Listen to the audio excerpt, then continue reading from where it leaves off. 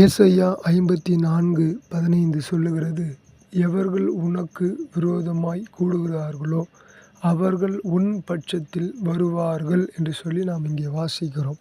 ஆம், ஒரு ரட்சிக்கப்பட்ட தேவ மனிதனுக்கு விரோதமாக, கடவுளை தேடுகிற தேவ மனிதனுக்கு விரோதமாக, எப்பொழுதும் கடவுளை நேசித்து அவரோடு பழக நினைக்கக்கூடிய யாராக இருந்தாலும் சரி, நீங்கள் உங்களுக்கு விரோதமாய் சத்ருவானவன், பிசாசானவன் மனிதர்களையோ அல்லது பணத்தையோ அல்லது அரசியலையோ அல்லது தன்னுடைய பலத்தையோ உங்களுக்கு விரோதமாய் எழுப்புவான் என்று சொன்னால், அவர்கள் உங்கள் பட்சத்திலே இந்த நாளிலே வர கர்த்தர் உங்களுக்கு உதவி செய்வார்.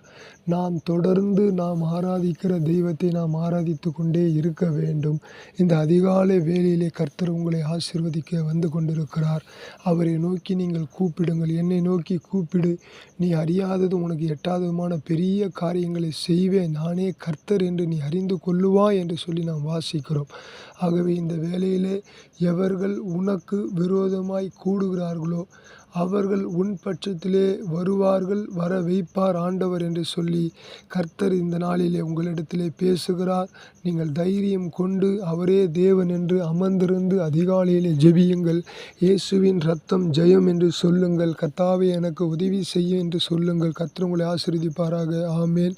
God bless you.